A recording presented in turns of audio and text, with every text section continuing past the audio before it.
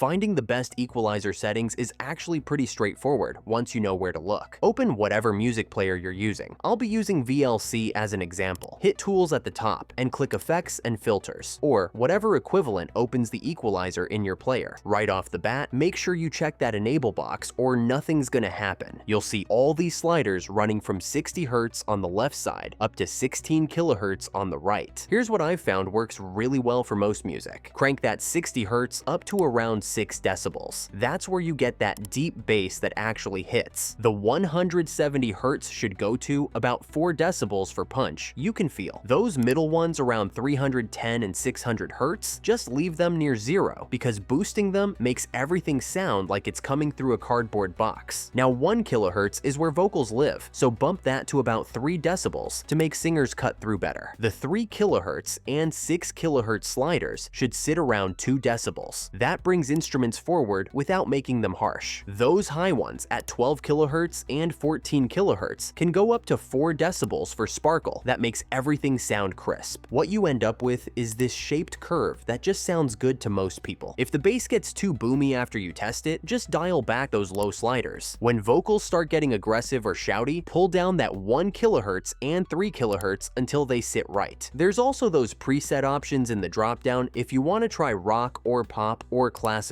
real quick. Hit save once you find something you like, so VLC remembers it next time. Just test it on different songs, because what sounds perfect on hip hop might be way off for acoustic stuff.